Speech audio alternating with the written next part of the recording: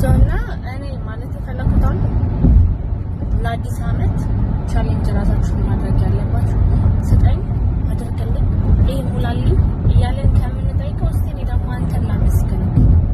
ደግሞ አንተን የሚገባ ልክ ለእይታ አይደለም ለማስመሰል አይደለም ለጎሽ አይደለም ለፓፓፓ አይደለም አንተን ማመስገን የምፈልገው ግን ላመስግንህ ከልብክ እድሉን ስጠኝ ማለት ከዛ በኋላ የሆነ ነገር ሽፍት ሲያደርግ ወስዳችሁ ታያላችሁ አይ ያላችሁ ቻሌንጆች takes a time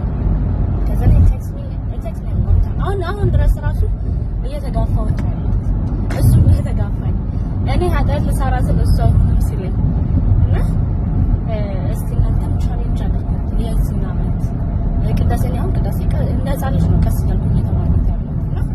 እናንተም ደግሞ እንደ